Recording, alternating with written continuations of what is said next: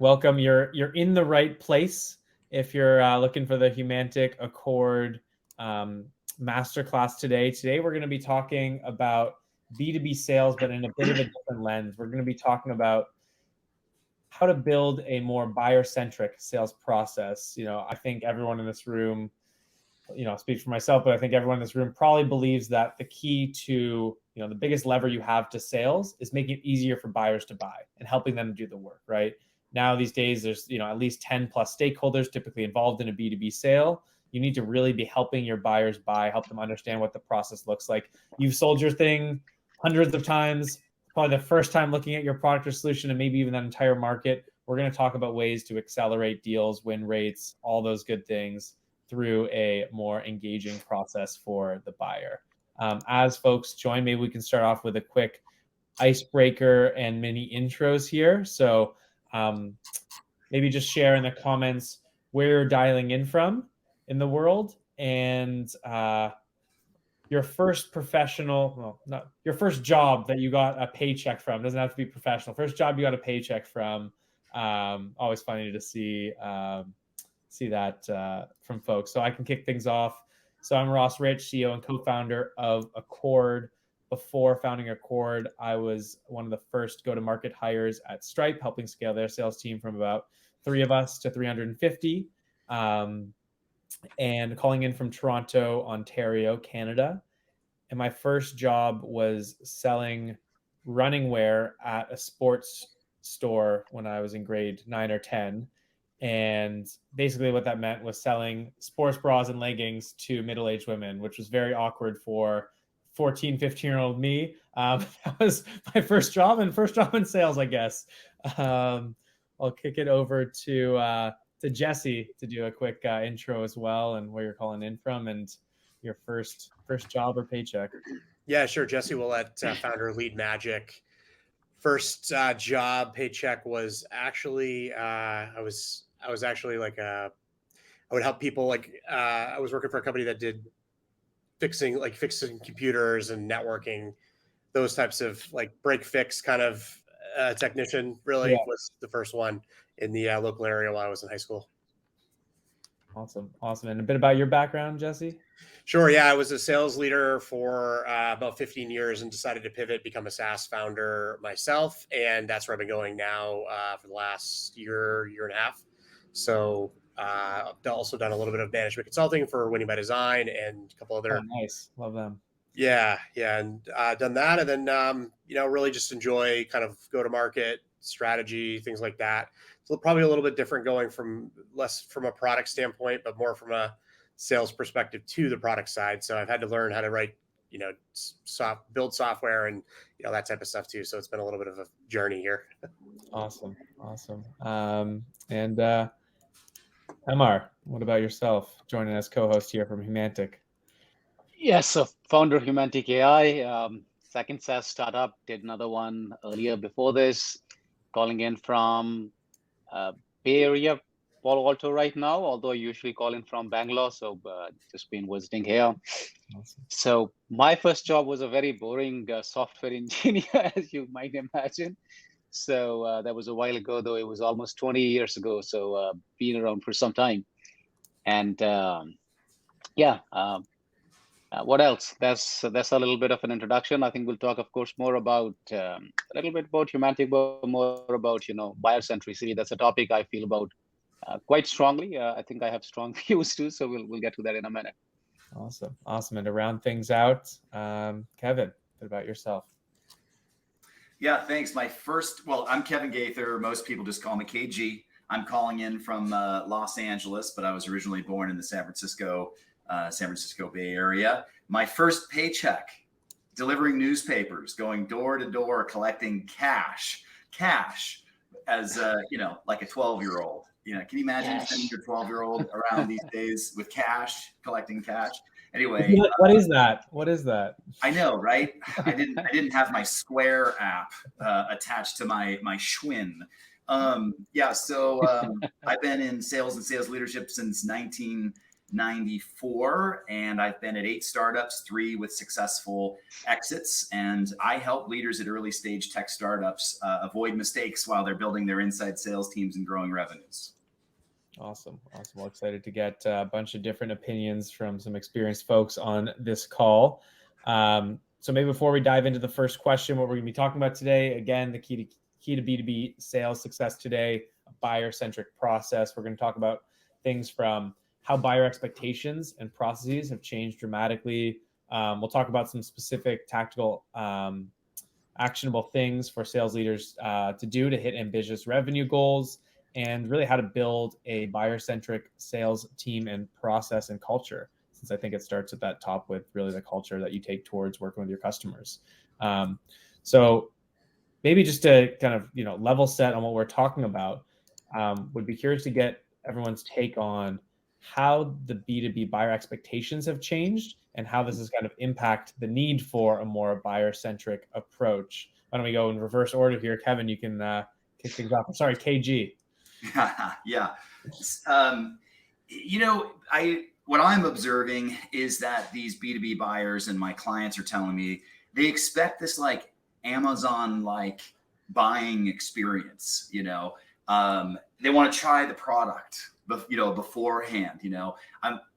Show me, don't tell me. Let me experience it, for myself. And I know that a lot of sellers have difficulty with that because they want to hold all the cards and make the sale. And I think that the advent of product-led growth has been good for our business, so that we can let the buyers try the product and not trust salespeople, because most can't be trusted.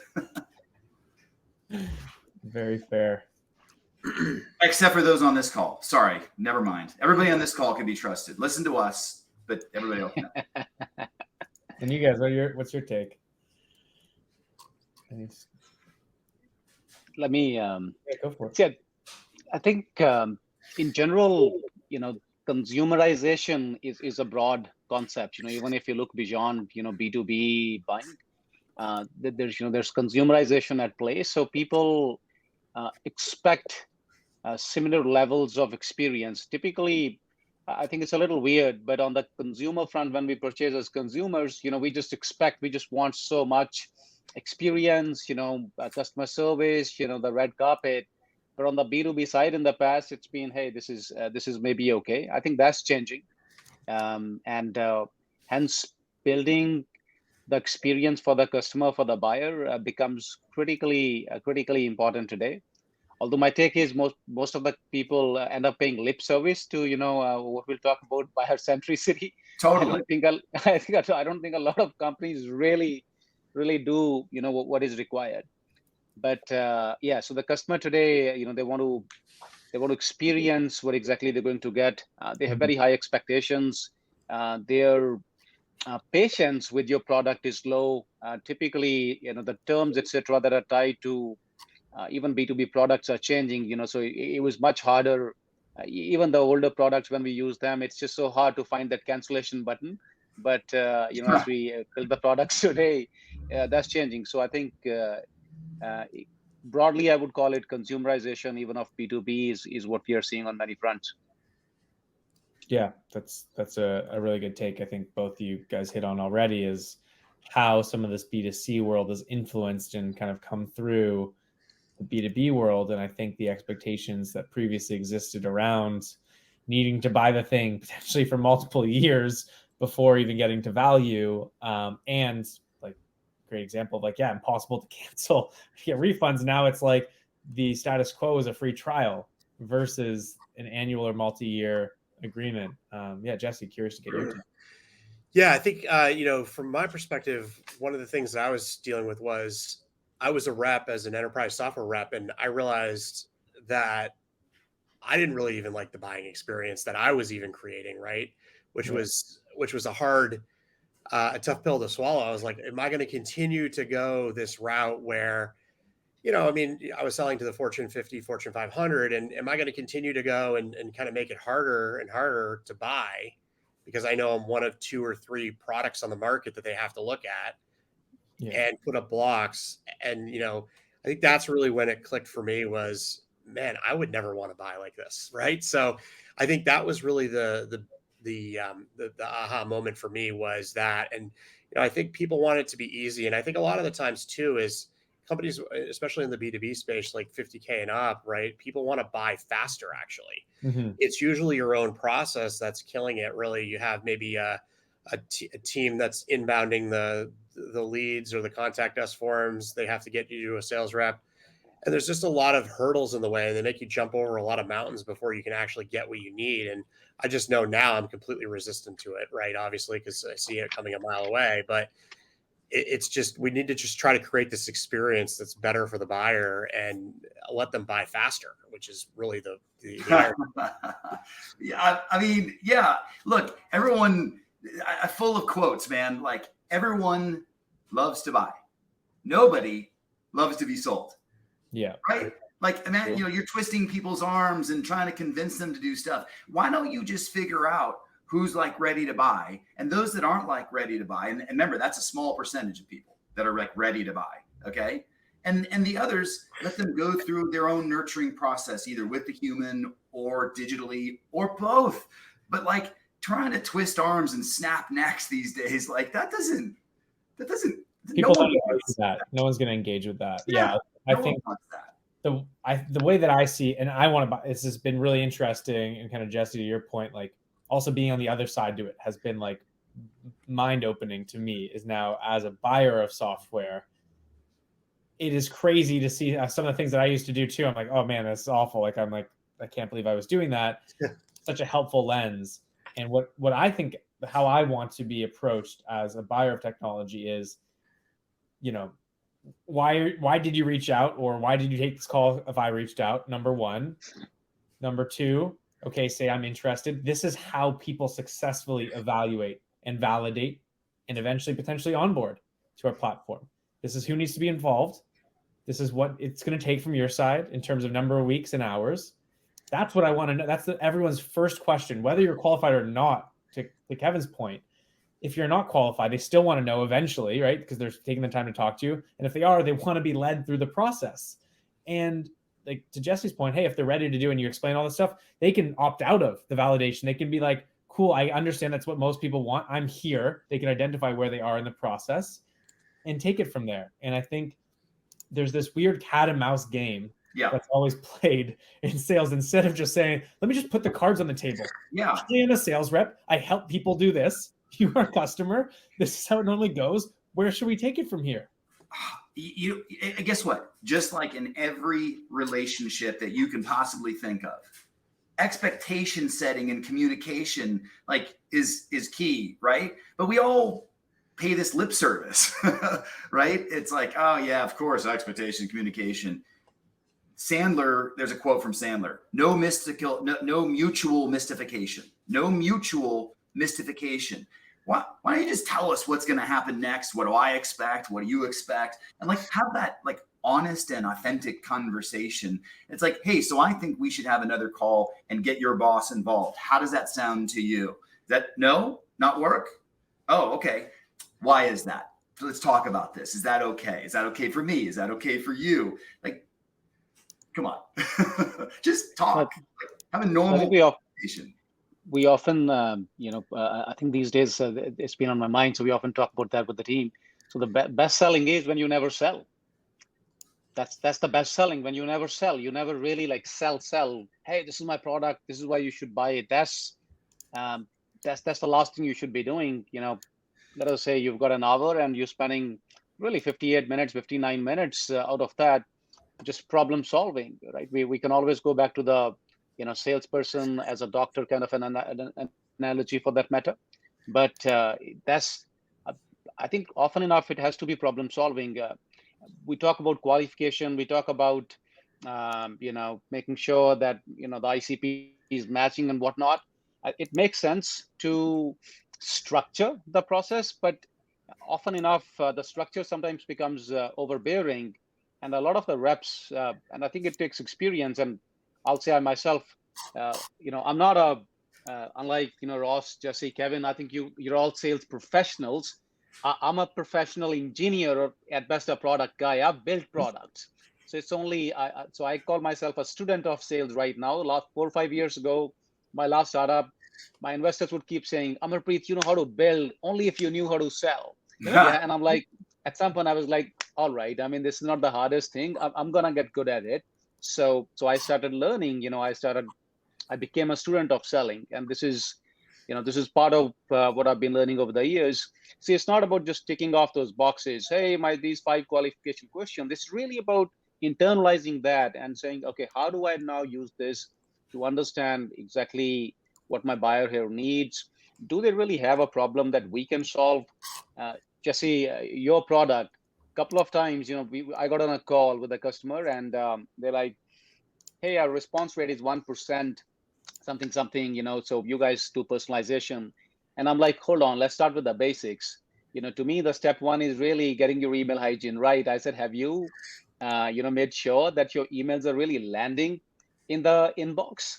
And if not, I mean, go back, you should be talking to us. We're not step one of that. You should go and check out, so your product, I told them, I said, go look up what Jesse talks about, often enough. That's great. So, yeah, so I think that, that ability to kind of put of course we are there to sell, but can we put that, sort of in the background and really try to problem solve, put the customer again right in the middle, put their problem right in the middle and shoot for that. I think selling will happen. Selling will take care of itself if we can do that.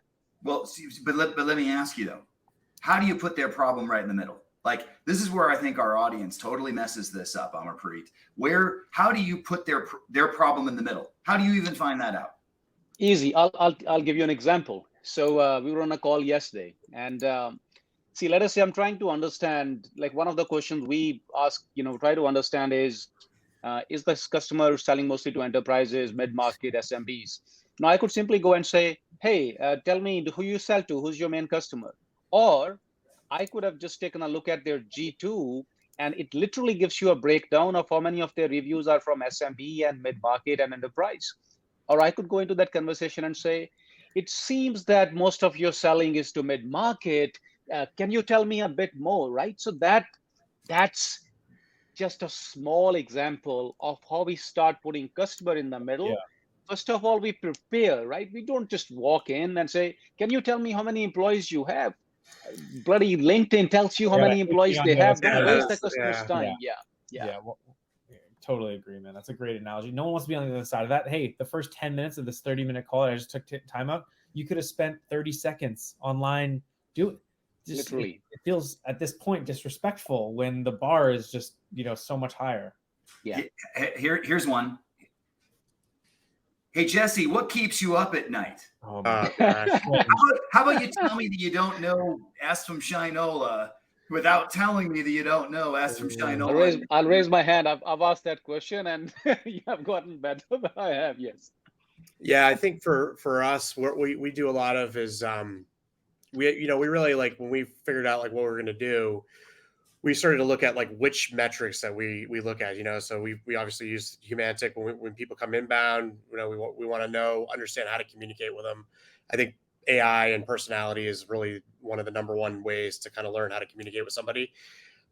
So the other thing we do is we'll look at like their, we have a MarTech product, right? And people will come and they'll say, okay, we're having some problems with, getting more leads in front of our sales team. And I'll immediately be checking, all right, which competitors are they using already that they don't know? Because every single SaaS company has like 5 of the same product, right? It's like, how are they using it? Should we be engaged? So we look for a lot of those signals, and then, just making sure we have that information available for people who are getting on the phones with our customers and understanding their problem before they see it. Because I think that's really what you need to do today. And it's pretty easy to get this information. I mean, there's no shortage of vendors who will sell it to you. That's for sure. So, if any group of people that are going really hard on it is that group. But anyways, that's kind of like what I think, is important for us. Jesse, I had a client literally last week who said, KG, how do I accelerate my sales further, like in late stage? They tried our product and they want a proposal. And then they're saying, okay, we're going to put it into the budget process and that type of thing. How do we accelerate the sales? And I said, well, why don't we back up a little bit? Why don't we go back a little bit? What problem are you solving for them? And the client listed the features that the client likes. And I maybe I'm a jerk, but Jesse, I said to these guys, I said, I'm so disappointed in you. You don't understand why your customers, they don't buy it because of the features. They buy it because they're missing dinners, because they have to do something that takes longer. You know, they have to do work on the weekends, which takes them away from going to, you know, their kid's soccer game or something. Why aren't you, if you want to accelerate deals, sell deals more faster, be more buyer centric, why don't you figure out why they buy? And I said, here's your pro tip. Call them up. Call up the current clients that you currently have and ask them why they bought, and dig deep. Dig deep. But most people don't have the guts to do it. Yeah, they're just it's like it was a luck. But most of your buyers will buy for the same reasons over and over. Really, it's that compelling event before, of course, that we see always. There's always something going on, and I think the faster you can map that back, it's easier to kind of figure out who your new buyers are going to be too, right? Like that's constant, right? When I see a certain company install a certain technology on their website, we're constantly scanning it. I can tell like which ones are the best buyers for us right now, you know, so it's really easy to figure it out after that. So, but those are some of the things we do. So Casey, I want to go back to what you said earlier. So you said the why, right? So you seem to be saying the why is important.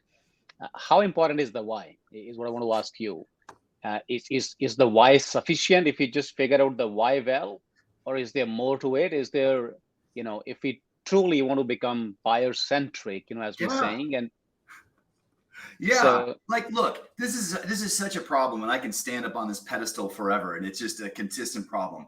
Here is like, tell me what the pain is, tell me what the problem, and then the customer says something. Most salespeople go, great, can I show you my demo?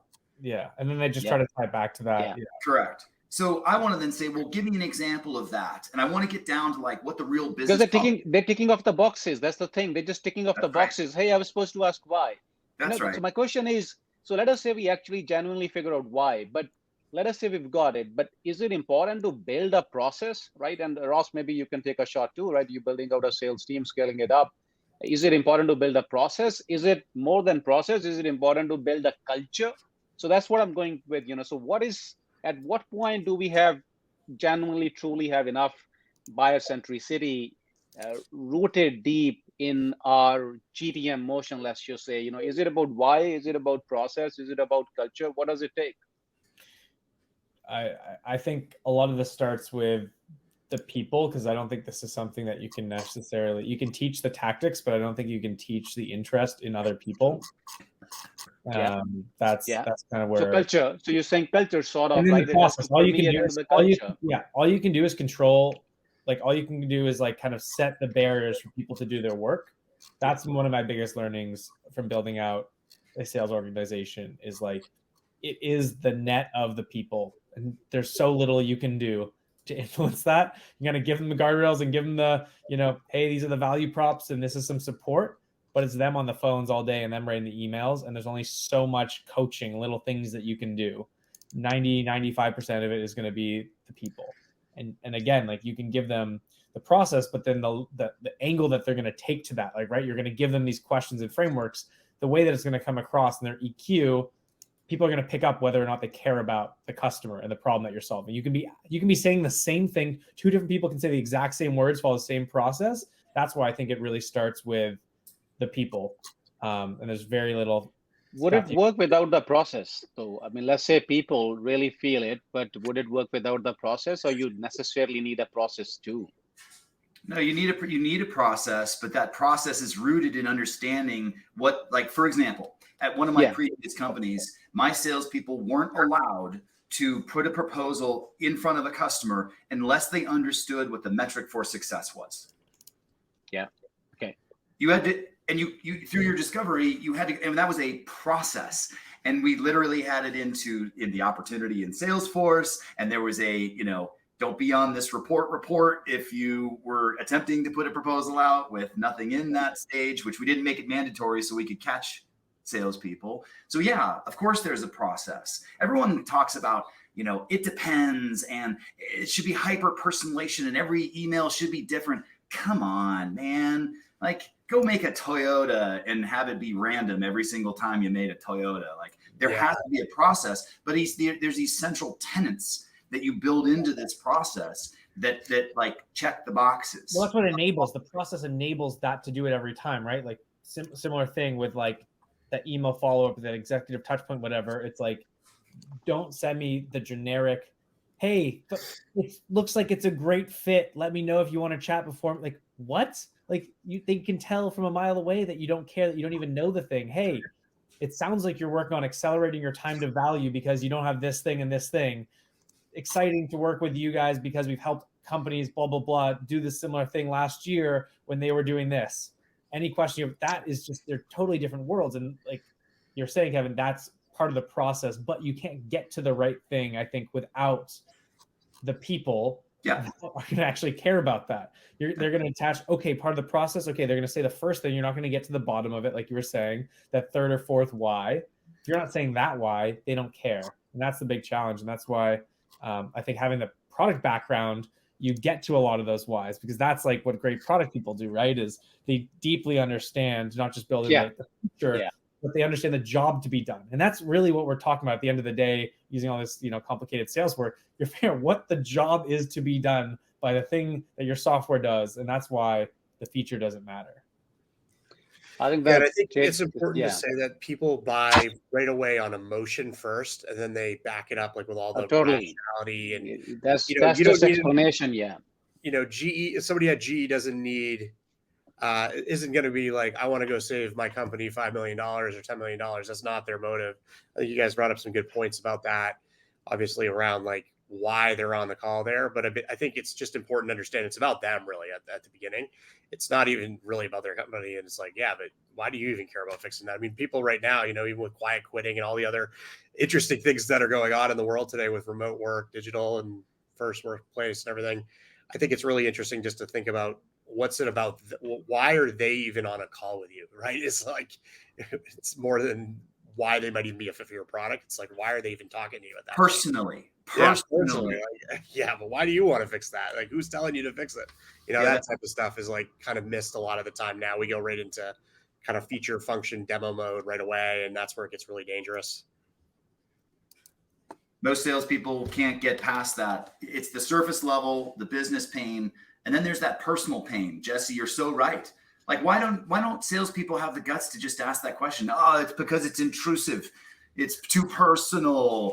I tell you what, I've been a VP for over 10 years on the buying side. I love it when sales reps are going to ask me questions, and I love it when they're going to show me a custom demo based on the things that were important to me and not just the stock show up and throw up stuff. Like, but I don't know. So Katie, there's a small catch though. I'll tell you that. So we sell to sales teams, and it's just easy selling to sales teams. Let me say that, because they understand how selling is supposed to work. So for example, asking, or when I am on the buying side, right, as a salesperson now, and the vendor or they start pitching their product and they're like, hey, can you help me understand this? I'm like, yeah, go ahead, do your discovery, do your qualification. I know it's important, and you're just trying to help me. But to tell me if you face it, I've seen it. When you meet buyers who are not salespeople, they come in and they're like, show me your demo. And you're like, well, hold on, my demo is only as good as, your problem. So they actually sometimes don't want to. So what you said, so why not ask that question? Salespeople, they understand it, they answer that question. But if you're not a salesperson, does it work equally well? I have some doubts about that. I mean, I feel like Ross could take this answer because this is about expectations and communication. So, I don't know. To me, that would be a signal. Just show me your stuff. Just show me your stuff. I don't want to talk about it. I don't want you to understand anything about me. That is a signal to me that maybe I don't have a buyer in front of me. Or you have someone who's just, I don't know, sometimes I can go 50-50 for me on that, or maybe 80-20. Sometimes there are buyers there, and that's just their approach. They don't trust salespeople. They might be so qualified that they just want to see the thing because they've done all the research and they couldn't potentially from your website. I've seen this before. The only answer to that type of bull personality is yes. Let me bring up the screen share, and I'm asking them questions while I'm doing all this stuff. That's what I do. Yeah, for sure. Let's dive right in. Would you forecast that deal though? Because I would say to you that bluebirds have flown through my windows every once in a while, but that is not, and you said it yourself, the typical buyer, and Jesse did too, your typical buyer buys in a very similar pattern. When it falls outside of that, we have to wonder, gosh, is that a forecastable deal or not? You need to work backwards. I'm just saying those deals you need to they could be good deals. They could be. They're skipping, and you're going to skip a lot of steps, but say, I'm going to take them from where they are today, and I'm going to help them understand why. It's about not just saying we need to do this. And that's what's frustrating. I can't give you pricing yet. I need to ask you 7 questions first. I'll do the thing you're asking me. It's called a give get. I'm gonna do the thing. So let's make it hard for all of us. So we're talking about being buyer centric, right? Putting the buyer dead right in the center. Shouldn't them be making an effort to understand different kind of buyers? Maybe this is a different kind of a buyer that's coming in with a different approach. Would that be more buyer centric? Understanding this customer, customizing a process for this customer who just says, "Show me the demo," or would trying to fit them into a process. So let's make it slightly fun, folks. That's what I'm saying. It's like, I do this all the time. I'm happy to answer your question. I'm not here. If you don't want me to be a consultant, I won't be a consultant. Fine. Okay. Made the time. It's on the calendar. I'm going to show you the thing. That's what you're asking. But I'm going to educate you. I'm going to say most people that effectively solve these 2 or 3 problems, we help solve these 2 or 3 problems. If you don't have that, you just want to see the thing, fine. And I'm trying to do that well. I'm giving them what they asked for. I think that's the right approach. Is you like Kevin said, there's going to be 98% of deals look and act the same. How do you put them on that railroad track? And they're all not going to start there, right? You're giving up like 20, 30, 40% of your revenue. If you have to say every conversation needs to start with this persona, and this question and this thing, you might start with a totally wrong stakeholder. You might start with them totally misunderstanding what you do and all this stuff. How do you put them on that track? And that's why it's so hard. And you have to have such high EQ to be an incredible seller, is because you need to reframe how people are even thinking about it themselves and kind of incept that to them. Because they're going to say F you. Yeah. Let me reframe what you said, and maybe I know for the benefit of, I'm guessing there's a bunch of sales reps, AEs, BDRs, on this call. So what we're saying is we should customize for them. If they want it differently, let's give them differently, right? If you want it, with the sriracha sauce, then take it with the sriracha sauce. If you want it with the sweet, barbecue, then it's your thing. But maybe in that case, we just help them realize what they're missing out on, right? So rather than trying to bring them into our fold, our process, our way of doing things, we say, hey, look, we'll do it your way. But when we do it your way, this is what you miss out, and let them sort of opt in a way into our way of doing things. So let me frame it like that. So maybe it makes it more useful, for the people on this call. Great reframing. They need to say yes to it. You can't tell them you're going to do this. I'm not going to show you the thing now. Yes, yes, yes. And this is what I'd recommend, because I need to come across as an expert, and you need to earn that right. I know I'm showing a demo, and I can say, hey, if I knew exactly what is your main goal this quarter, I could show you those features. But given that I don't know those things, I'm just gonna show you all the fancy stuff, right? So let them say, well, hold on, let me tell you more about my problem. Yeah, so exactly. Well, I know we're wrapping up on time. Maybe we can round it out maybe with 1 or 2 kind of key takeaways from what we heard from everyone, and we can let everyone kind of take this into their own conversations with buyers. So Jesse, you want to kick us off with kind of 1 or 2 things? Yeah, sure. I think it was a really good discussion, especially around just really getting out that around buyers are actually ready to buy, and we're slowing them down. I think it was what I took away from a lot of the discussions that we've had. Not having the information; those were some good points. Not asking them how many people in their company, this stuff like that. That's just so. I mean, you don't have to go hire a private investigator to figure out what. So those are some of the things. I think just getting that information, doing that. Now, some orgs are better than others, right? Some orgs might have I mean, ideally you might have the Humantic data right up in front of you while you're talking to the person, right? So, but you have stuff like that going on, and I think it's just really important. I think the other thing that maybe even next time would be interesting to talk about would be around how we incentivize sellers, and kind of, that was one thing that I didn't want to go off on a tangent, but I think there's a little bit of a disconnect with, the buyer has an outcome, but they're not the event of selling the product the first time is really insignificant to both the company and the actual buyer, but the salesperson's in the Both middle. parties. Yeah, except for the buyer. Yeah, exactly. That's Right. So it's a really challenging problem that's been created. And, you're starting to see a shift towards this customer success and all of this. But anyways, I think it was a really good discussion. Love to join again. And, really enjoyed talking with everybody here. Awesome. Kevin, we'll let you, KG, we'll let you go next. I think Guy and Ross will act as the good hosts here. In theory, you're working at a company that has some customers. Maybe you've got product market fit. Maybe you're not sure yet. Take the opportunity to talk to those current customers and understand why they bought, beyond just the features, and what their pains that you're solving. And that'll help you become more buyer-centric moving forward, because you can understand what those pains are when you're speaking to the next potential customers. Thanks for having me on the show. Yeah, thanks for joining. I guess Again, go for it, and then I can round. We'll let you wrap it up. So you start, you wrap. Makes it even. Yeah. So I think my biggest takeaway is it's really about the buyer. We should really make ourselves about the buyer. If we have to change how we do things, we should.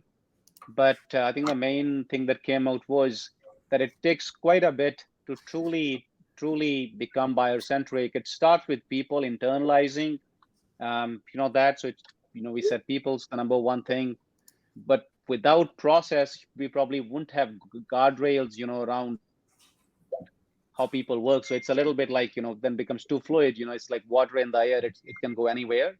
So guardrails is sort of like putting it in a bottle. So we need process, to act as guardrails.